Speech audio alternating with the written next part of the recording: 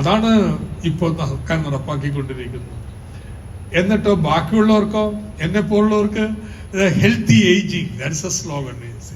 ഇനിയെങ്കിലും ഈ പ്രായമെത്തുമ്പോൾ നമ്മുടെ ഷുഗർ ഒന്ന് ടെസ്റ്റ് ചെയ്യുന്നത് നല്ലതാണ്, കൊളസ്ട്രോൾ. ജോലിയൊക്കെ ഉപദേശിക്കാറുള്ള കാര്യമാണ്, പക്ഷെ നമ്മൾ മൈൻഡ് ചെയ്യാറില്ല. പക്ഷെ അവർക്ക് ഈ പ്രായമാകുമ്പോഴേക്കെങ്കിലും വേണമെന്ന് സ്ലോഗൻ ഓഫ് ഹെൽത്തി ഏജിങ്. ആ മരുന്ന് കഴിക്കലും മാത്രമല്ല കേട്ടോ. പ്രായം ചെന്നവരുടെ ഏറ്റവും വലിയ പ്രശ്നം നോട്ട് ബീങ് വാണ്ടഡ് എന്നുള്ളതാണ്. മക്കൾക്ക് നേരമില്ല, നാട്ടുകാർക്ക് നമ്മളെ വേണ്ട.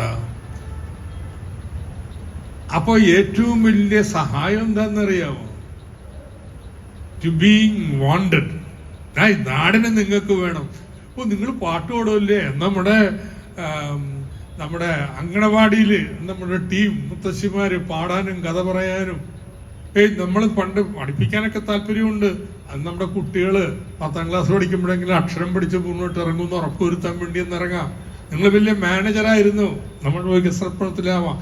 ഈ സോഷ്യലൈസേഷനാണ് കേട്ടോ മറവി രോഗത്തിനുള്ള മരുന്ന്. എക്സസൈസ് കാലത്തുള്ള വ്യായാമം മാത്രമല്ല, ഇതൊരു എക്സസൈസാണ്.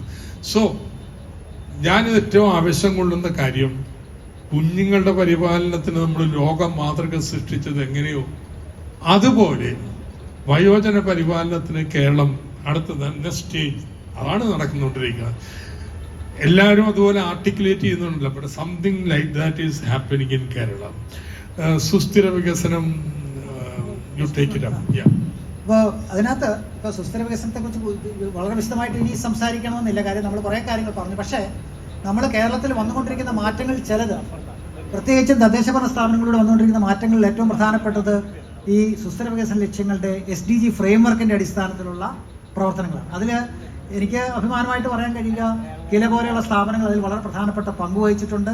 അതോടൊപ്പം വന്ന വലിയ മാറ്റം എന്ന് പറയുന്നത് ഒരു പുതുതലമുറ കേരളത്തിൻ്റെ വികസനത്തിൽ, പ്രാദേശിക തല വികസനത്തിൽ, പ്രത്യേകിച്ച് തിമാറ്റിക് എക്സ്പേർട്സിൻ്റെയും അങ്ങനെയൊക്കെയുള്ള രൂപത്തിൽ ഉണ്ടായി വന്നു എന്നുള്ളത്, ഇപ്പോൾ വിജ്ഞാന കേരളത്തിലടക്കമുള്ള കാര്യങ്ങളൊക്കെ ഉണ്ടായി വന്നു എന്നുള്ളതാണ്. അപ്പോൾ അതിൽ അതുമാത്രമല്ല, കുറേയധികം പുതിയ കാര്യങ്ങൾ പുതിയ കാര്യത്തിൻ്റെ അടിസ്ഥാനത്തിൽ വന്നുകൊണ്ടിരിക്കുന്ന സമയം കൂടിയാണ്.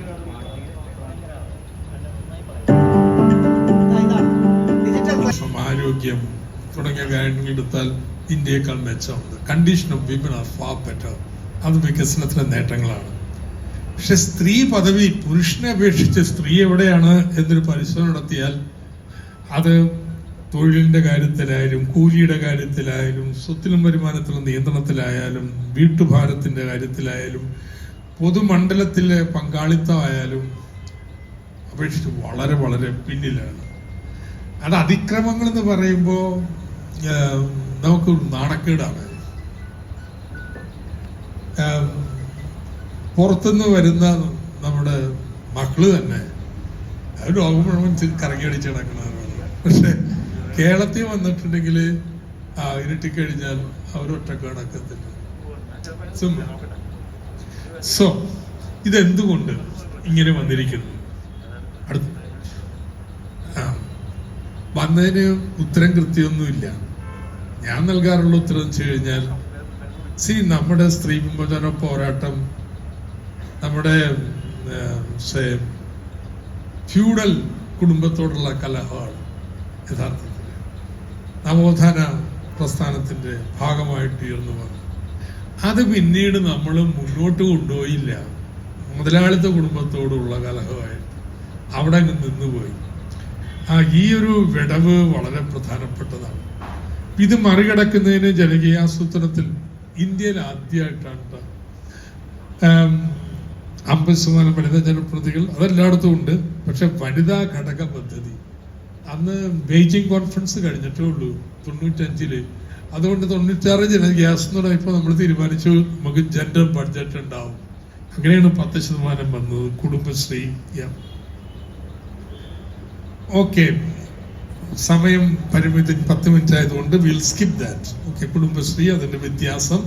എല്ലാ വർഷവും ഒരു നിശ്ചിത തുക തരാം. നികുതിയുടെ മോട്ടോർ വാഹന നികുതിയുടെ പകുതി. അപ്പൊ ഈ കമ്പനിക്ക് പറയാം, ഈ വരുമാനം ഇങ്ങനെ എല്ലാ വർഷവും കിട്ടിക്കൊണ്ടിരിക്കും, അത് കിട്ടുമ്പോൾ തരാമെന്ന് പറഞ്ഞ് ആരിൽ നിന്ന് വേണമെങ്കിൽ വായ്പ എടുക്കാം. വായ്പ എടുക്കാൻ വേണ്ടി തടസ്സം നിൽക്കുന്നത് ഇത് എഫിഷ്യന്റ് കമ്പനിയാണോ അല്ലേ എന്നുള്ളതാണ്. സോ വി പ്രൂവ്ഡ്, ലണ്ടനിൽ പോയി ഇത് എഫിഷ്യന്റ് ആണ് എന്ന്. ആ രീതിയിൽ ആ രീതിയിൽ നമ്മളൊരു I don't want go to details നോക്കുന്ന എന്തൊരു മാറ്റം വന്നിരിക്കുന്നു. സ്കൂൾ കെട്ടിടം മാത്രമല്ല, 1,00,000 കോടി രൂപയുടെ നിർമ്മാണ പ്രവർത്തനങ്ങൾ നടക്കുന്നത്. ചില സന്യാസിമാര് ഇങ്ങനെ ശൂന്യാകാശത്ത് നിന്ന് ഭസ്മം കൊടുക്കണ പോലെയല്ലെന്ന് 1,00,000 കോടി രൂപ നമ്മുടെ വികസനത്തിൽ ആവിഷ്കരിക്കാൻ കഴിഞ്ഞത്. Yes, it's going on.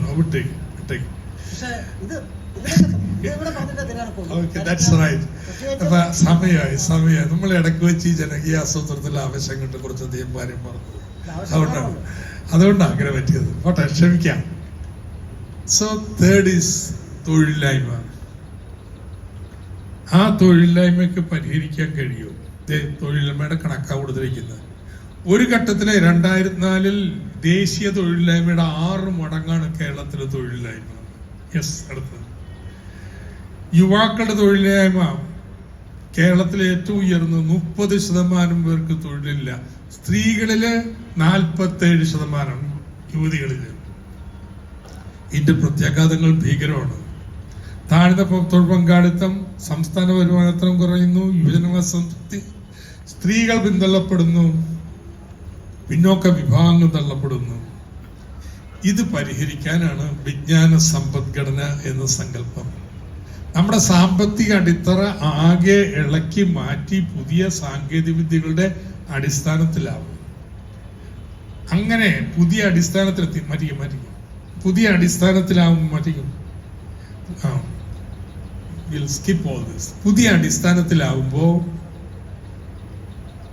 അവിടെ ജോലി ചെയ്യാനുള്ള നൈപുണ്യം വേണം. ആ നൈപുണ്യം എങ്ങനെ ഉണ്ടാക്കാം? കോളേജിൽ പഠിക്കുന്ന കുട്ടികൾ ഇന്ന് കോളേജിൽ പഠിക്കാൻ പോണില്ല. അതാണ് ഉന്നത വിദ്യാഭ്യാസത്തിന്റെ പ്രതിസന്ധി എന്ന് പറയുന്നത്. കാരണം പഠിച്ചിട്ട് കാര്യമില്ലെന്നൊരു തോന്നലാണ്. സോ പഠിച്ച ജോലി കിട്ടുമെന്ന് എങ്ങനെ ഉണ്ടാക്കാൻ പറ്റും? ഒരു മാർഗമുണ്ട്. നമ്മുടെ കോളേജിലൊക്കെ പൂർവ്വ വിദ്യാർത്ഥികളുടെ എണ്ണം ചെറുതാണോ?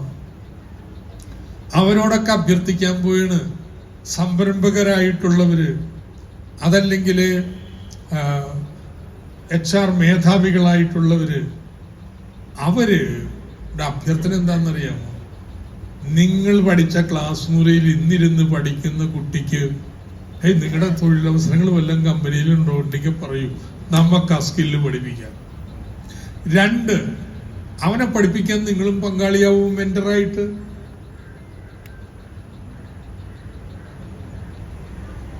നമ്മുടെ പഠിച്ചാൽ കഴിഞ്ഞ് വീട്ടിലിരിക്കുന്ന വീട്ടമ്മമാരുണ്ട് 20% മാത്രം പുറത്തു പോകുന്നവര്.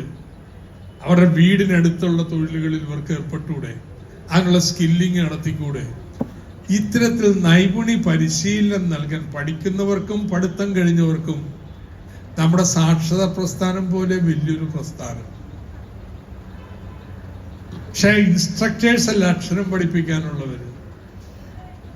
അവര് പ്രൊഫഷണൽ ആയിട്ടുള്ളവര്. കാരണം സ്കില്ലിംഗ് അല്ലേ അവരുടെ പ്രൊഫഷണൽ മേഖലയെ ബന്ധപ്പെട്ട് ഇന്നത്തെ കുട്ടികളെ സ്കില്ല് ചെയ്യുക. അത് ജോലിയായിട്ട് നേരിട്ട് ബന്ധപ്പെടുന്ന കാര്യങ്ങൾക്ക് സ്കില്ല് പകർന്നു നൽകുക. അങ്ങനെ വലിയൊരു ജനകീയ പ്രസ്ഥാനമായിട്ട് കേരളത്തെ മാറ്റാനും ഈ നൈപുണ്യ വികസനത്തെ മാറ്റാനുള്ള പരിശ്രമമാണ് നടന്നുകൊണ്ടിരിക്കുന്നത്. ഐ എം സോറി ഞങ്ങളിങ്ങനെ വഴിതെറ്റി പോയതിൽ. So I M stopping.